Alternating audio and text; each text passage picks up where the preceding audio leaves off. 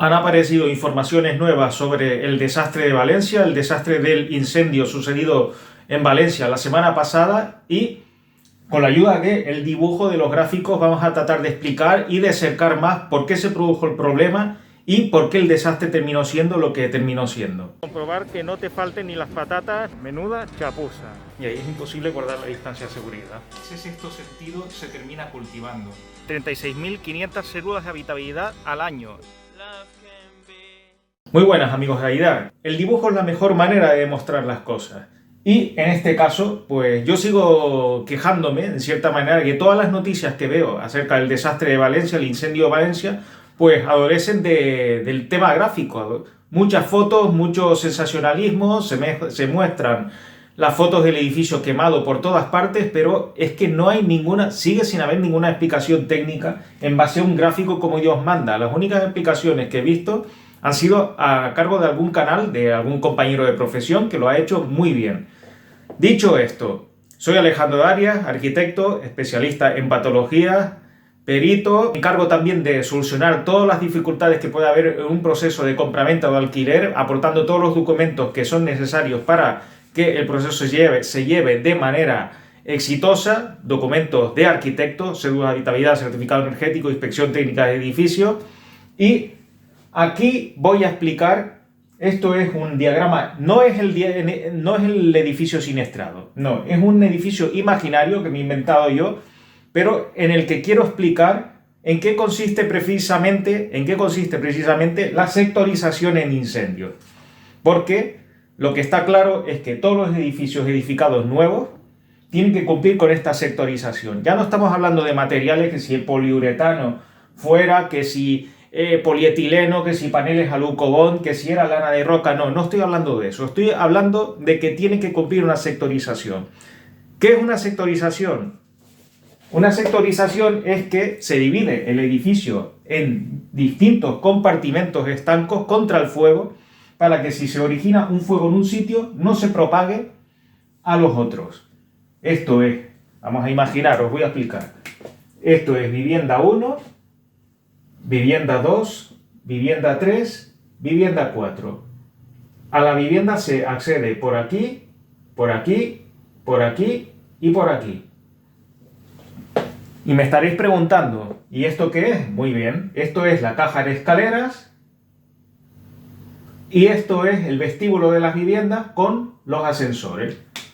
Que no los he querido dibujar para no liarlo más, pero aquí hay dos ascensores, dos elevadores, en los que se sale por aquí, al vestíbulo con acceso a las viviendas. ¿En qué consiste la sectorización? Muy bien, pues que esta caja de escaleras tiene que ser totalmente independiente de este vestíbulo que tienen los ascensores. Por supuesto, cada vivienda también tiene que ser independiente, hombre, porque son viviendas. Pero lo que quiero que os quedéis es que esto es un compartimento y esto es otro compartimento. O sea, aquí hay un compartimento 1, digamos, y aquí hay un compartimento 2. Evidentemente también hay medidas contra incendios, extintores, rociadores, etcétera, etcétera, hidrantes en la calle, o sea, pero la cuestión es que os quedáis que si, por ejemplo, hay un fuego en la caja de escaleras, si hay un fuego en la caja de escaleras, que es un sitio bastante peligroso para que haya un fuego, porque es un elemento vertical que funciona con una chimenea, esta caja de escaleras, voy a cargarme un poco el dibujo, el fuego que hay aquí no puede pasar nunca aquí, ni por ende aquí, aquí, aquí o aquí. O sea, si hay un fuego aquí, no puede pasar a ninguno de estos lados. ¿Y cómo se consigue? Pues porque aquí hay unos cortafuegos. Aquí hay unos cortafuegos que son puertas resistentes al fuego. Lo mismo pasa en las viviendas. Las puertas de acceso a las viviendas también tienen que tener resistencia al fuego. Pero sobre todo quedémonos en los espacios comunes. Aquí hay un compartimento estanco. Recordad el Titanic, precisamente. Tenía compartimentos estancos para que, en caso de que hubiese una fuga de agua, o sea, que penetrase agua dentro del buque, pues si se llenase unos determinados compartimentos estancos, pues se asegurase que el barco no se hundiese. En teoría tenían que ser 4 o 5, ahora no recuerdo bien, pero se inundó un sexto y ya se fue todo al garete. Pero en teoría el Titanic no se tenía que haber hundido si se llenaban de agua todos los 4 compartimentos estancos máximo. Aquí pasa lo mismo. Si se declara un incendio en la caja de escaleras, no tiene por qué afectar ni a la vivienda 1, 2, 3 o 4 hasta que no haya pasado mucho tiempo. El tiempo que indica la resistencia al fuego de estas paredes, que se indica con un epígrafe que se llama RF. RF. También RF aquí, divisoria de vivienda, RF. Y puede ser RF, yo no sé ahora cómo está la normativa, porque recordad, me dedico más a patología, pero puede ser un RF 120, 180. ¿Qué quiere decir esto? Esto es un tiempo en minutos, que resistencia a fuego de 120, resistencia a fuego 180, que te aguanta 3 horas en un relativamente buen estado antes que empiece el material a sufrir de verdad los empujes del fuego y empieza a perder ya resistencia decisiva y próximo al colapso. O sea que si se declara un fuego en la escalera, todos estos RF pues te aseguran que por lo menos durante 2 o 3 horas la escalera resista y evita que se pase todo el fuego al resto del edificio. Por lo tanto, vamos al caso de Valencia otra vez. El edificio de Valencia, por lo visto, el incendio se originó al parecer en una vivienda. Vamos a poner que una vivienda de la 8ª planta. Vamos a poner que se originó aquí. Muchas fuentes dicen que incluso se había originado en fachada, pero no, por lo visto ha sido un fallo eléctrico, que esto es muy importante. Para los que hayáis visto la película La Torre Infernal, el Coloso en Llamas, en español, The Tower in Inferno en inglés, acordaos cómo empezó el incendio, que se cargó todo el edificio, por la instalación eléctrica, porque la instalación eléctrica estaba en mal estado, no es que estuviese en mal estado, sino que no cumplía las especificaciones técnicas que pedía un edificio de esas características, porque el constructor pues había recortado unos milloncitos de dólares para embolsárselos y vivir en su casita de San Francisco, ahí donde estaba en lo alto de la colina. Es decir, bajó calidades para hacerse un poco más de millonario. ¿Qué es lo que ocurre? La instalación eléctrica peta en algún sitio por cualquier tontería y como es un cableado que va a lo largo de todo el edificio, es decir, no está compartimentado. Es muy difícil estar compartimentado un cable. Puede saltar el incendio en cualquier parte. Si hay una chispa eléctrica, te puede saltar en cualquier piso. Por lo tanto, esta sectorización ya no es tan importante en ese sentido. Eso pasó en la Torre Infernal, pero es probable que en el caso de este edificio de Valencia también pasase así, porque hubo un fallo eléctrico que lo desencadenó todo. El fallo eléctrico puede empezar a reproducirse como un cáncer en cualquier parte del edificio. No sabemos si fue así, pero por lo menos es un ingrediente que me hace pensar que igual no fue la fachada o el aislamiento de la fachada el principal responsable de la propagación virulenta al incendio. Cierto que tuvo que ver. Ya expliqué en el vídeo anterior, voy a poner el enlace aquí arriba, ya expliqué en el vídeo anterior que los paneles Alucobond son estos marcados en azul aquí, los paneles Alucobond, y recordemos que había aislamiento térmico aquí, en toda esta parte, lo marcaré con puntito. El aislamiento térmico está enrasado con la fachada. Lo voy a poner aquí a saco, que no se trata ahora de hacer un curso de bellas artes. Pero lo pongo por aquí. Voy a dibujarlo rápido. Yo creo que lo mejor, como a mí me encanta dibujar, yo creo que lo mejor es que vuelva a dibujar la fachada, ladrillo, aislamiento térmico, lana de roca, poliuretano, lo que sea, me da igual, porque ya no se sabe qué es lo que había aquí realmente. Hay un montón de versiones, pero es que ya me da igual. Y el Alucobond. El Alucobond que está fijado por anclajes metálicos directamente al ladrillo. Vale, esto es la fachada. En teoría, si el fuego se hubiese iniciado aquí, que es lo que se especulaba al principio, pues todo esto es un corte por aquí, que igual yo estoy dando cosas por sentadas, igual no se entiende, pero esto es un corte, digamos que cortar por aquí, un corte de arriba abajo del edificio, cortar por aquí. Estamos dando por sentado que el incendio prendió aquí. Y claro, todo esto hacía un efecto chimenea y todo esto se llenaba de fuego. Toda esta parte de aquí se llenaba de fuego. ¿Qué es lo que ocurre?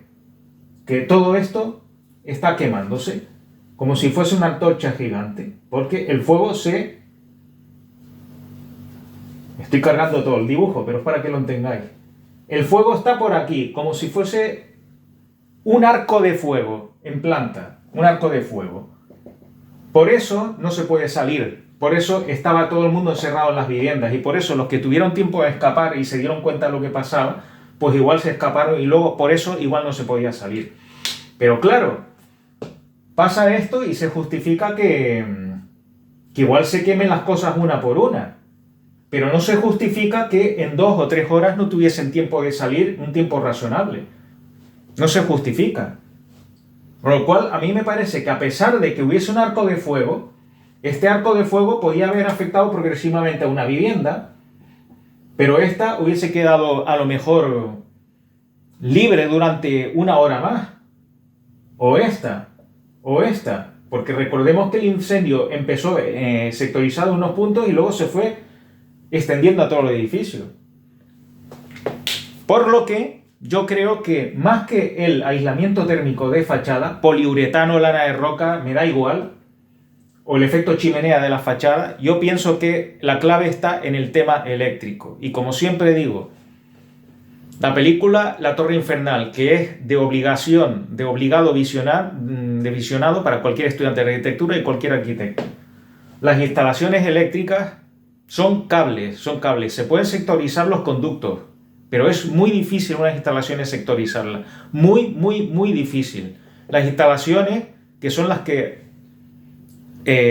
permiten el confort al edificio, pues precisamente son de las más difíciles de sectorizar para evitar incendios. Son como arterias, son como venas, y claro, si a ti te inyectan algo en la sangre que es pernicioso, como no te tomes un antídoto enseguida, se te traslada a todo el cuerpo. Pues es lo mismo aquí.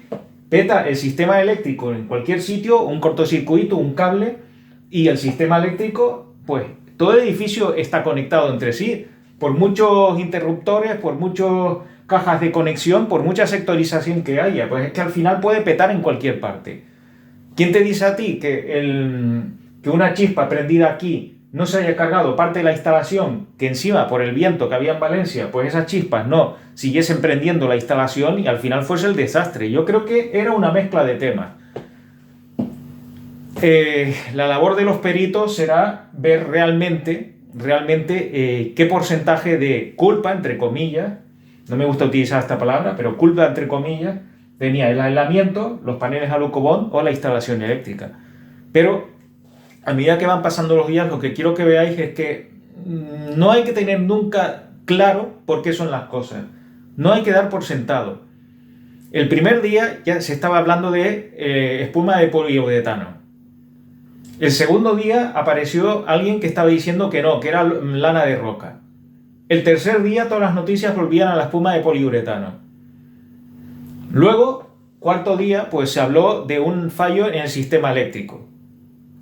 Y a lo mejor en el quinto día será otra la versión. Puede ser que la versión es que no funcionasen los mecanismos de extinción, o que no funcionasen los cortafuegos, o que esta sectorización no existía, o que existía, pero como pasó en el Coloso en Llamas, los cortafuegos que no funcionan. No lo sabemos. Yo trato de sectorizar, nunca mejor dicho, la catástrofe, tratar de pensar por qué ocurrió y no quedarme solo con una hipótesis, porque si nos quedamos solo con una hipótesis ya no vemos todas las demás. Y yo creo que esta catástrofe es la mezcla de un montón de contingencias imprevisibles. La tormenta perfecta se unió el hambre con las ganas de comer. Ahora estoy acordándome del accidente, el peor accidente de la historia de aviación en España, que ocurrió precisamente en mi isla, Tenerife, en el aeropuerto de Los Rodeos, que chocaron 2 jumbos. Creo que hubo 600 muertos, una barbaridad. Y el choque de los 2 jumbos fue por la concatenación de varias barbaridades seguidas. Primero, que se puso una bomba en el aeropuerto de Gando, que es donde iban a aterrorizar los jumbos en primera instancia. Y tuvieron que desviar los vuelos a Tenerife, un aeropuerto que no estaba preparado para recibir jumbos. Segundo, la nieve del aeropuerto. Tercero, unas comunicaciones entre la torre de control y los aviones que fueron totalmente contradictorias y que, vamos, que no se entendieron. Y cuarto, que encima, bueno, ya lo he dicho, las inclemencias meteorológicas. O sea, todo esto fue una continua mezcla de... Cuarto, que uno de los pilotos pues decidió hacer las cosas por su cuenta y despegar de oído. ¿Qué es lo que ocurrió?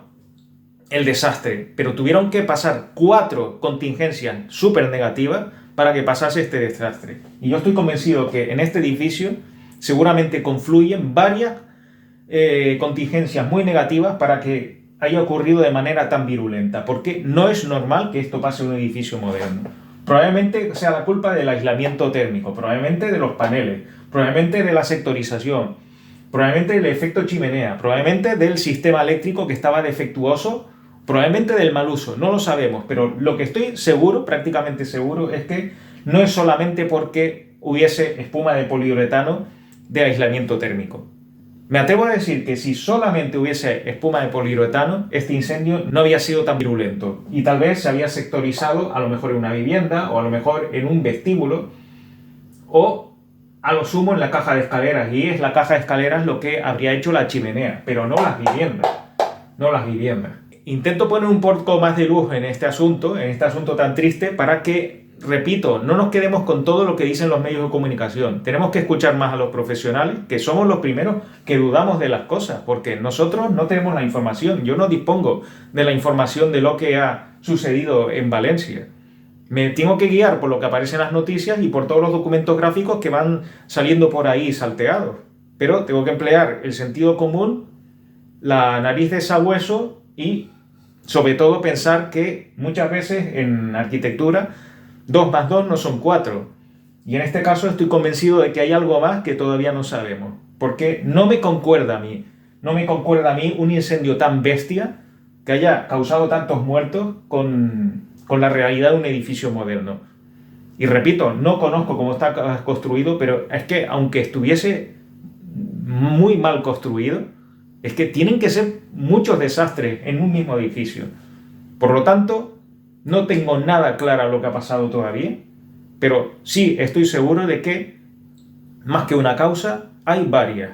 Y pueden ser causas técnicas, tecnológicas y humanas. Puede ser una mezcla de ambas, no solo de la arquitectura, sino también de usuarios, de mal uso o directamente que a lo mejor un elemento las instalaciones no funcionaban, en un momento dado no funcionaban.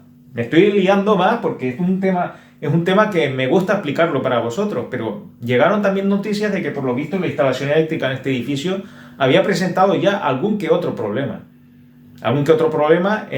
Precisamente en la vivienda donde se declaró el fuego, que no había nadie en esos momentos. Pues precisamente había habido un problema eléctrico 2 años antes. O en otra vivienda también, por lo visto, hubo un incendio. Quiero decir, hay que saber la historia del edificio, para dar un diagnóstico, no quedarse con lo que ha pasado en los últimos 3 días. No. Para eso es tan importante tener el libro del edificio y el historial de todo lo que ha pasado en el edificio. Seguramente habrá algún que otro más vídeo de este trágico suceso, porque, repito, a mí lo que me fastidia mucho es tener que quedarme con la información que se da en los medios, que suele ser información sesgada y sin contrastar, y yo quiero que vosotros sepáis de la mano de los expertos, de técnicos, realmente qué es lo que ha podido haber pasado, y sobre todo para evitar que vuelva a pasar. Un abrazo a todos y seguimos aprendiendo. Si te ha gustado este vídeo, puedes hacer 2 cosas. Suscribirte a mi canal Alejandro Darias, arquitecto, para saber cuándo publico nuevo material. Y compartir este vídeo con tu familia y amigos en las redes sociales.